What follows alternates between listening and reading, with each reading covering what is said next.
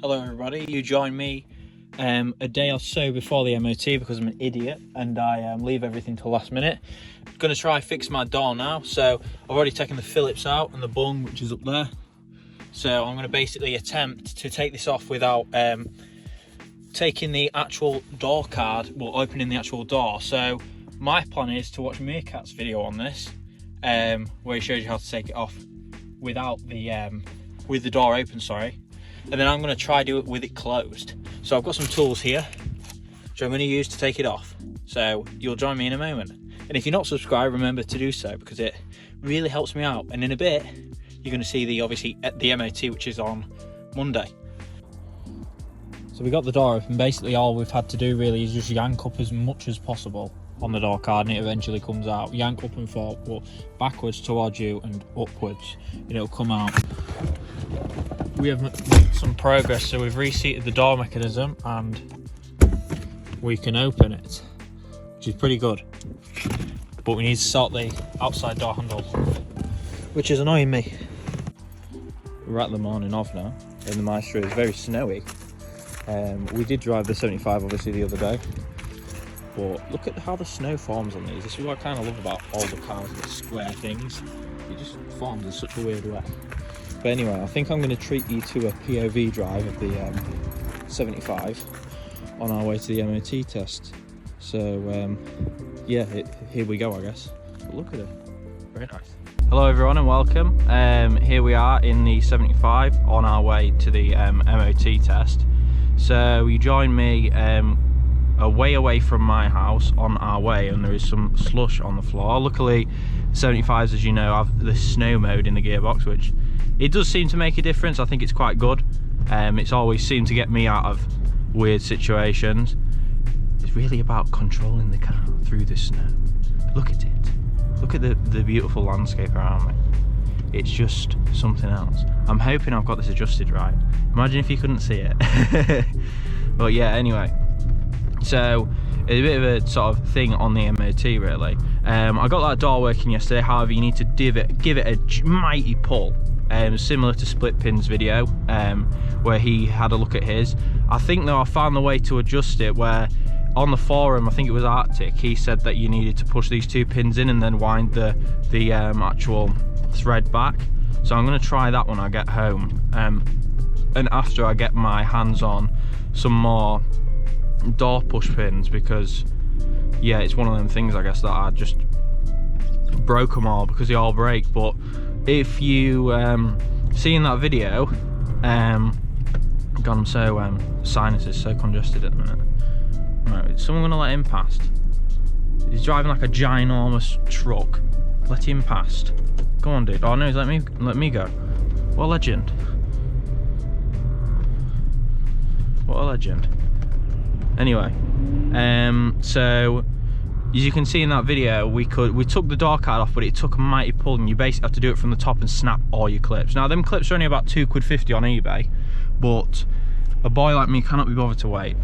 So essentially, I'm going to see if I can grab some from the shop or see if there's any from Halfords. If I make the mistake and they don't work, well then you know you can't just go get them from Halfords after you've snapped them. But for the love of God, order them before you do that, because now I have no door card on the rear and it looks like a bit of a shed.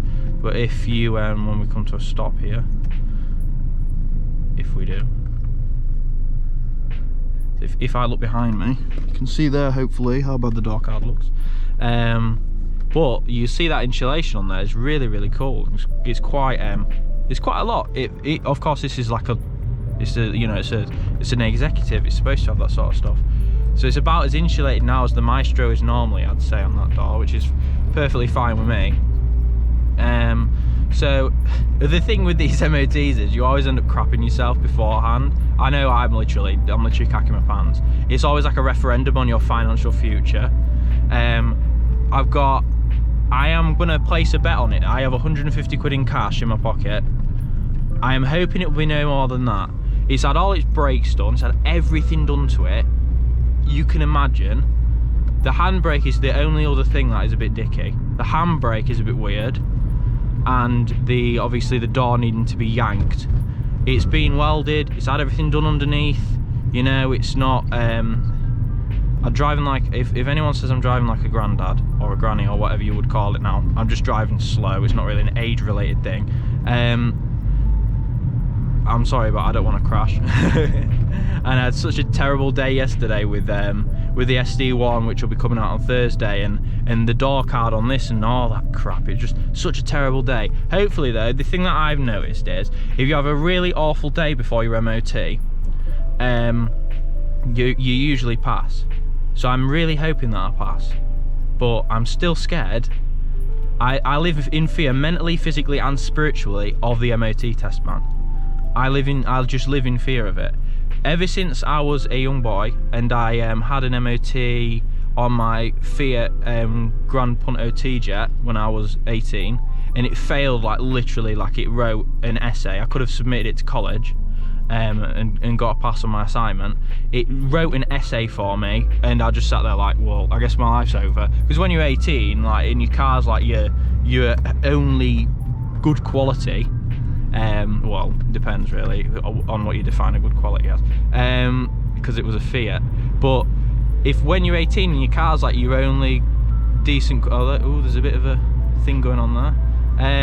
When you're 18 and your car's like your main sort of thing, and it explodes on you, essentially. It needed all new tyres. It was a right mess. I had the e-back lowering springs on it that I didn't even know I had. They needed replacing. It was a right state. They're pulling over now. What the hell's going on? What's going on with them? This is why Nissan Juke drivers should all just be like banned from driving. I properly hate that car. Jeez Louise. I'm glad I have a dash cam and a camera on my head now. But ooh, scheisse. Oh well. I couldn't safely stop anyway before anybody puts 500 points on my license. But yeah, oh look, that's a piece of archaeology there. Yeah, but anyway, so it failed, and then obviously I'd spent about 700 quid on it with the help of my wonderful mother, who helped me through it. I literally cried in bed, and I could not go to college. I was like, I'm not going to college today. I can't drive anyway, because I've just been so used to driving, and I was mortified for this poor car that just exploded. I say exploded. If a car fails its MOT the same way as that one did, now I'd just be like, I guess I'd just take it basically. You know, a car just financially destroys you. We all know that. It's just so funny. It's not funny. I can't say it's funny because it's going to happen to me today. Oh, slow down a bit. I've been inside that. It's interesting, isn't it? Call that waste. But yeah, I'm hoping you're entertained by this short drive. I'm gonna obviously cut it off at some point because I wouldn't mind listening to music. And I don't want the video being intensely long. But yeah, for me, I'm a bit worried. But you know, 150 quid in the scrapyard a few blocks away. Don't think the police are around there much. We'll take it and we'll hold a funeral for her. We'll get her crushed. Nah, I'm joking. You know I wouldn't give up on her. You know I would not give up on her. Look at this separation distance though. I should really be being a bit more separate than that. But as you can see, we're moving along nicely. Of course, we missed out on the snow redux, snow part 2. Which is obviously quite a disappointment. Is that a? Yes, it is a Defender. What sort of Defender though? Was it 2? It looks like a 110 or a 90. I wouldn't be too clued up then. I'm not that good at Defenders or Land Rovers at this point in my pitiful life because I haven't got one yet. But yeah, at the end of the day, what will be will be. If my life gets destroyed by this car, then so be it. The Death Star of finances, known as Y664JNN, the beast itself. But yeah, you just kind of get because of that traumatic experience I had. My word, you just fear it. You fear the MOT man. You know he's got like your life in his hands. Now when that MGF got MOT'd, my god, I sat there and watched, and I was just cacking my pants because I just bought the thing. I just bought it and drove it to the test centre, and I was like, damn, it's not going to pass, is it? And I bought a rock box. Oh yeah, it would have been hilarious. I'll take you a more interesting way, actually. We'll go the more interesting route. There is some interesting cars on the way, but I don't think you'll be able to see them because I'll probably end up cutting it off by that point. But yeah, the reason why I'm going over here is my work is nearby. Well, it used to be, and I ain't been in the area in ages, and I know a fair few garages that I can trust. I'll travel quite far for a garage I can trust. I'm a bit weird like that. I'll take trains, I'll take planes, I'll take boats, helicopters, you name it. As long as I can trust the garage, that's the main thing, and I can trust these guys. But the main, oh look at that, wow. So let's just go down. And no, that's a do not enter for that. See, look at all this. This is remnants here. Let's just turn the lights on so you can see. Wow, look at how nice the lights look. Turn them off. Look at that S-Class. Damn, I've always wanted one of them. It's a bit of a shame like that. There's such a money pit. But yeah, so we'll see how she goes. I think she will go very, very well. Personally, I cannot see new tyres, all wheel alignment done. It's been checked underneath by like 3 different people. I've checked it. Peter, who did the welding, he checked it. What they're called, National Tyres and Auto Care, they checked it when I got the tyres there and stuff, and I had it all aligned and all that stuff. So I mean, at the end of the day, I've had National, all these like chains like National and stuff like that, they literally will fleece you. Well, I've been fleeced by Mr. Clutch like 1,000 times once, and then, you know, I didn't go back again because I'm not like that.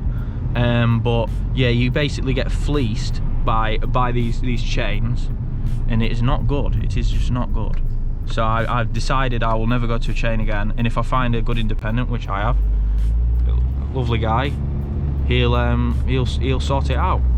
And obviously give me a good rate on the work, and that's what I want. Bedford Steels, all this heritage of Sheffield, the mighty chef. I haven't put it in cruise yet. That's unheard of for me. Does cruise even work? Yes, it does. Still works. This is like this scrapyard isn't even like an old school scrapyard. It's quite sad. I really miss the old school scrapyards where you could sort of go and actually see stuff. It's a right shame because they just take everything to bits. But I guess that's more profitable at this point. And more space efficient if you think about it. But we'll see. There was also fun fact. There was a garage down here to rent that I was going to take over. It was like 200 a month to take it, and I think that would have been interesting. But alas, all my catalysts probably would have got stolen. Look at that Fiesta. So it's still a bit away, the test centre, but I want to show you something interesting. So, and obviously we know I'm a big Vauxhall fan. I mean, I love me Vauxhalls. Simple as. So I want to show you this GSI that you might be able to see if I turn my head fast enough, if it's safe anyway to do so. It'd be lovely if this became a critique of my driving, wouldn't it? A lovely critique of my driving. Look at that Toyota, lovely.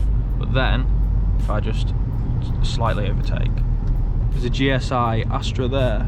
Look at that, beautiful, absolutely stunning little thing. It's been a barn find, so he says.